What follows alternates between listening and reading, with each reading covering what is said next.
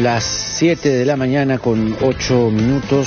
La suspensión perfecta de labores, justamente en el marco de la emergencia sanitaria, va a poder ser aplicada por las empresas hasta el mes de octubre, de acuerdo al marco legal que regula esta situación. Lamentable, ciertamente, penosa, pero ayer, como nos lo decía la presidenta de la CONFIEP, es inevitable, dada la situación de las empresas que no pueden producir ingresos, ¿no? Combinado además al factor de que en ciertos casos importantes no ha llegado la ayuda, la subvención, no solo el bono, me refiero más a los créditos de reactiva, ¿no? Que todavía están esperando y que todavía pues deben recibir varias de estas empresas, ¿no? Vamos con el doctor César Puntriano, ¿verdad? Él es laboralista, precisamente para hablar de esta situación, la afectación que tiene, el número de empleados que son miles, miles que están en suspensión perfecta de labores. Vamos a analizar esta situación. Doctor Puntriano, ¿cómo está usted? Muy buenos días. Buenos días, Jaime. ¿Cómo está? Qué gusto. Qué gusto saludarlos. ¿Cómo están? El gusto es nuestro. Carlos, buenos días. Doctor Puntriano, a ver, entonces, este marco bajo la emergencia sanitaria, ¿se tiene algún impacto medible en cuanto no solamente a el perjuicio en sí mismo, la situación de carencia, la situación de las empresas, sino de la propia suspensión perfecta de labores? ¿Hay algún estimado que podamos comentar? Sí, es una muy buena pregunta. Según declaraciones de la propia ministra de Trabajo, a mayo, a inicios de mayo, esta estadística la ha proporcionado la propia ministra, se presentaron 20.300 solicitudes de suspensión perfecta de labores. Y de esas 20.000, el 80% de las solicitudes, es decir, más o menos unas 16.000, son de empresas que emplean entre 1 y 10 trabajadores. Estamos hablando pues de microempresas, por el volumen. El 17% de empresas que emplean entre 11 a 100 trabajadores, y solamente el 3% de empresas que emplean a más de 100 trabajadores. Uh-huh. Esa es la primera estadística. Lo segundo es que estas 20.000 solicitudes comprenden más o menos unos 200.000 trabajados, que es el 5% del total de todos los trabajadores formales, digamos, ¿no? Porque recordemos que estas medidas comprenden solamente a los trabajadores formales. Ahora, lo preocupante, si me lo permiten, es que de estas 20.000 solicitudes, solamente se han aprobado el 1%. Es más, solamente se han revisado el 10% de las solicitudes. O sea, de las 20.000, solo se han revisado 2.000. ¿Es tan difícil revisarlas? ¿Por qué la lentitud? Lo que ocurre es que el procedimiento supone que una vez que se presente en una plataforma virtual que tiene el Ministerio de Trabajo, uh-huh, el Ministerio de Trabajo tiene que notificarle a la SUNAFIL, que son los inspectores laborales, y ellos tienen que, digamos, ponerse en contacto con la empresa para pedirle una serie de documentación. Y para esto, el plazo que tienen es hasta de más o menos mes y medio a 2 meses. Por eso es la demora. Doctor Puntriano, buenos días. Yo quería consultarle sobre algunas normas que han sido aprobadas en el Congreso, ¿no? Ya hay quienes han manifestado su inquietud, pero hay uno que prohíbe los despidos, inclusive hasta 30 días después de la emergencia. No sé si esta es una, digamos, medida viable, puede ser perjudicial o no para las empresas. Es cierto que se trata de proteger el trabajo de las personas en este momento tan duro que vivimos, pero ¿cuán viable es un proyecto de esta naturaleza desde el punto de vista laboral? A ver, desde el punto de vista laboral, el proyecto es antitécnico y explico por qué. Perdón. En primer lugar, efectivamente la norma no solamente prohíbe los despidos, despidos que no estén sujetos a una causa legal, ¿no?, sino que también impide las no renovaciones de contratos. Entonces, a ver, Cuando una persona es contratada a plazo por una empresa, pues su contrato, él firma un contrato que establece un plazo de término. Él está de acuerdo con que el contrato venza en una determinada fecha. Entonces, que salga una ley y diga tu contrato ya no vence, es antitécnico, pues porque por un lado está, digamos, el legislador se está poniendo en el lugar de las partes que celebraron el contrato.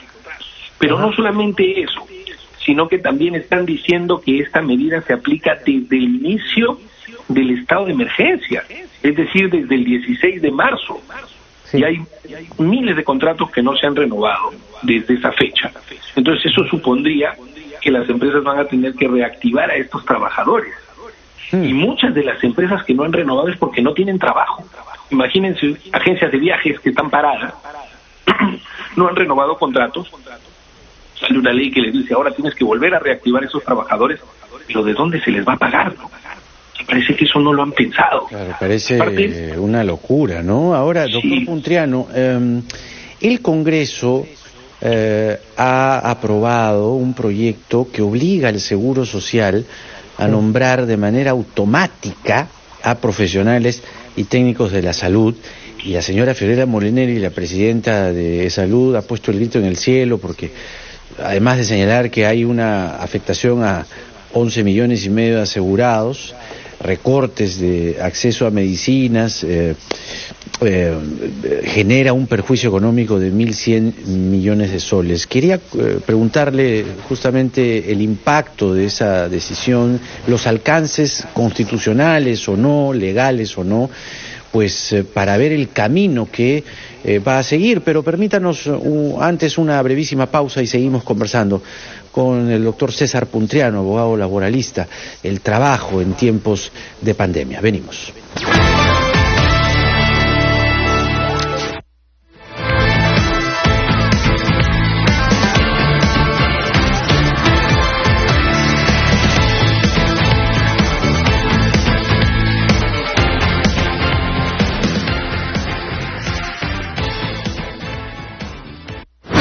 Para cuidar nuestra salud mental en tiempo de coronavirus, hay 3 áreas que debemos atender. 1. El área personal, que busca el equilibrio con uno mismo, identificando cómo nos estamos sintiendo y cómo estamos manejando nuestras emociones. 2. El área familiar, para estar en armonía con quienes estamos en casa en estos días. 3. El área social, que está relacionada al compromiso que cada uno tiene con nuestro país y con nuestros compatriotas. Soy Rachel Watson, psicóloga y conductora de Sin Vueltas. En RPP estamos contigo. Quédate en casa.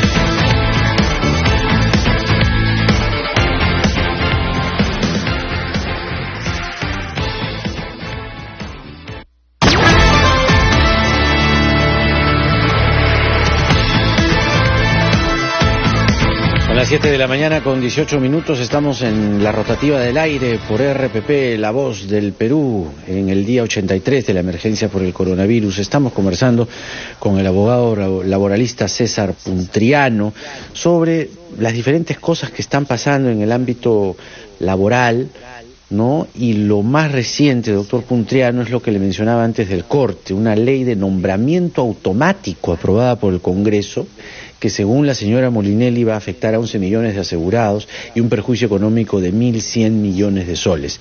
Lo que dicen los entendidos es que, para empezar, revisando la normativa, el Congreso no tiene la capacidad de iniciativa de gasto, pero lo cierto es que la norma ya se aprobó. Para usted, ¿cuál es el camino legal, laboral, que debe tener esta ley aprobada por el Congreso sobre salud?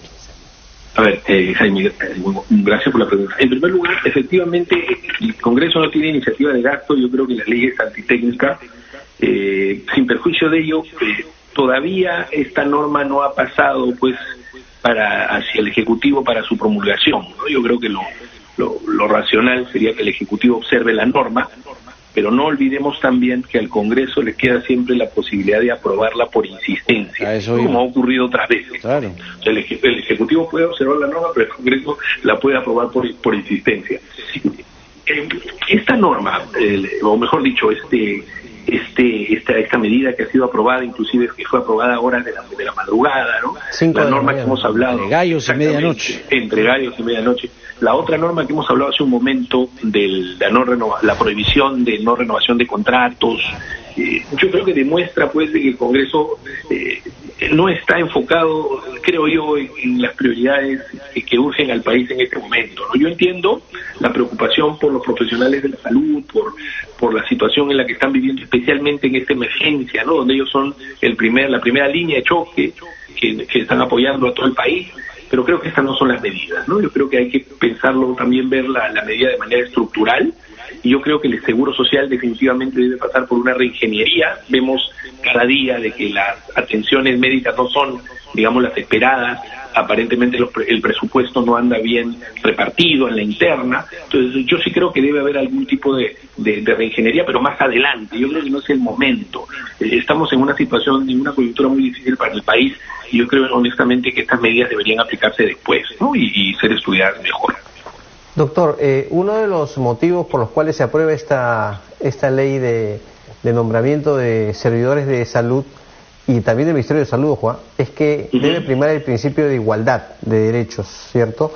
En ese sentido, además hay otras propuestas. Por ejemplo, una de ellas es la eliminación del régimen CAS, ¿no?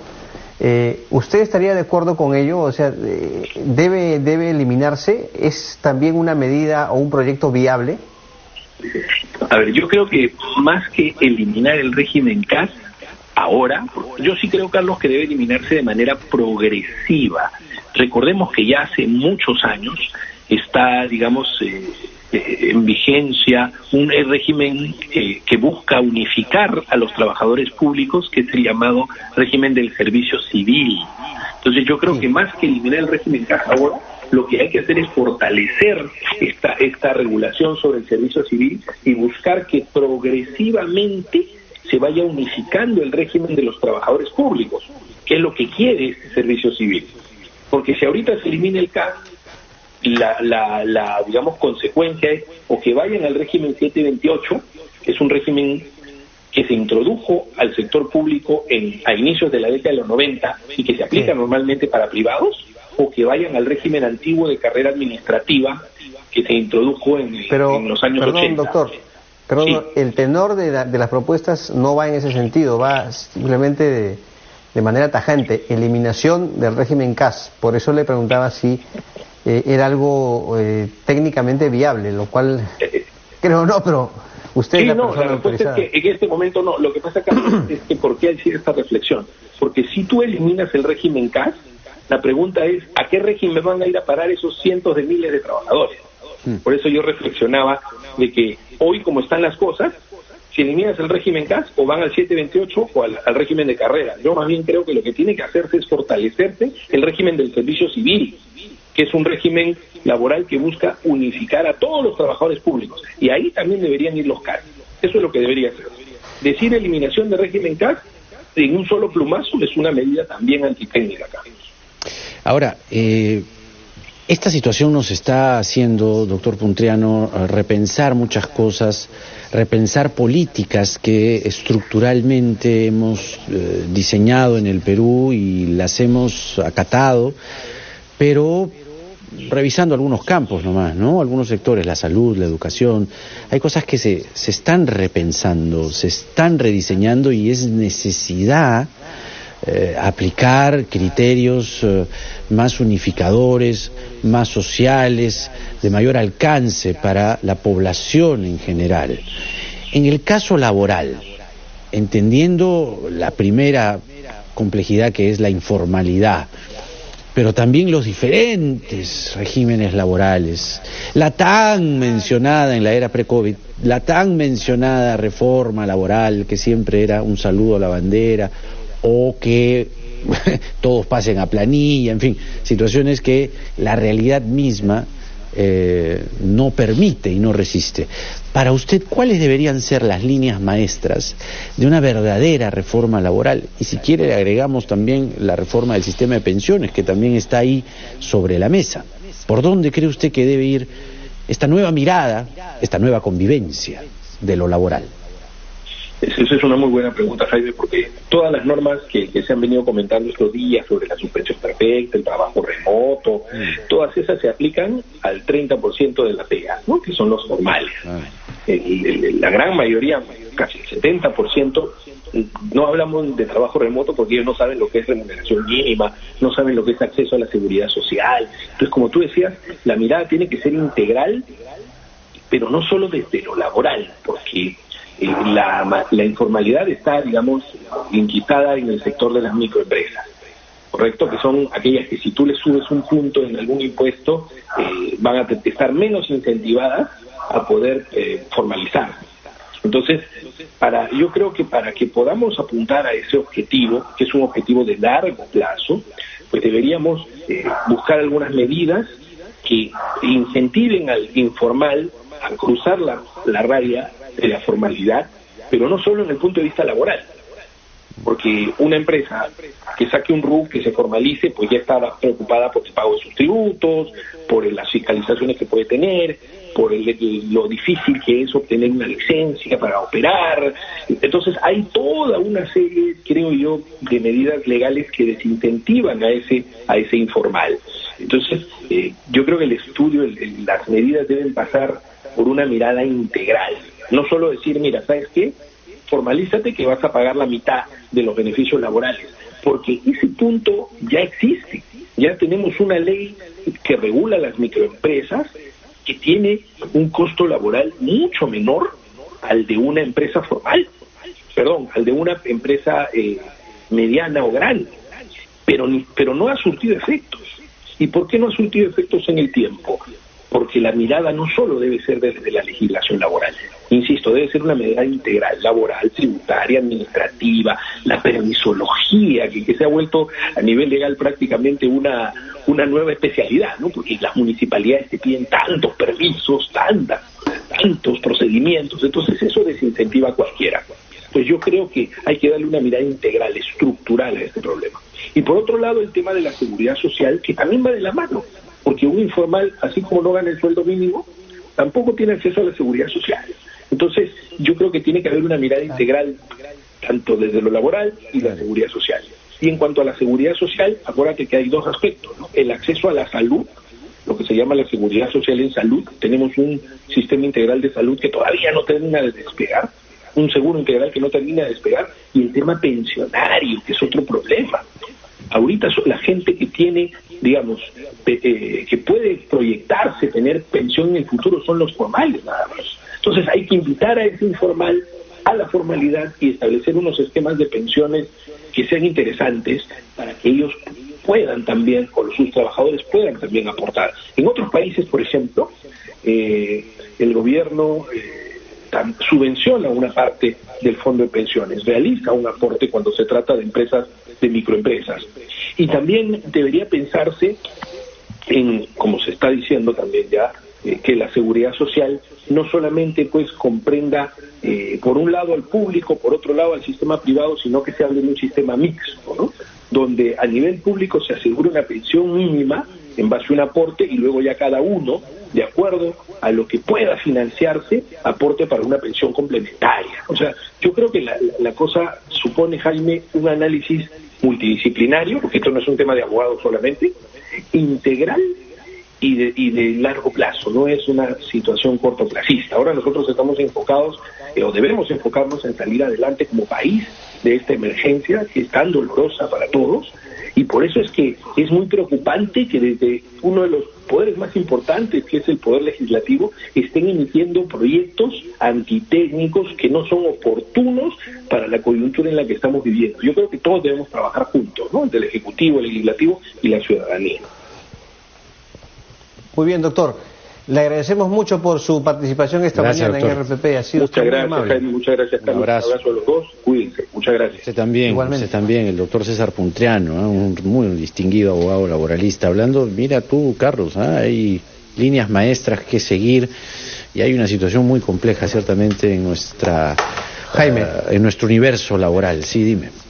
Jaime, simplemente para reiterar, ya que estábamos hablando acerca de, y tú le hiciste la pregunta al doctor sobre esta ley de nombramientos en salud. Sí. Según fuentes de RPP, ya la doctora Molinelli conversó con el premier, Vicente Ceballos. Está de acuerdo en que la norma es antitécnica, es inconstitucional, la van a observar, y en el curso de la semana que viene van a haber reuniones entre los ministerios de Economía, de Trabajo, también va a estar de Salud, el premier, para ver qué medidas se toman al respecto. Se va a observar, seguro van por la insistencia, conociendo este Congreso, y ahí viene la inconstitucionalidad. Todo se va a dilucidar perdón, en el Tribunal Constitucional. Sí, así es. Estamos viendo más activo al Tribunal Constitucional, y creo que con estas normas lo vamos a seguir viendo muy activo. Están cargando de trabajo. Sí, están cargando de trabajo al TC. Bueno, y el populismo que se está ganando, ¿no?, como imagen del Congreso de la República. Sí. Nos vamos a la pausa, pero regresamos con más aquí en La Rotativa del Aire por RPP, La Voz del Perú.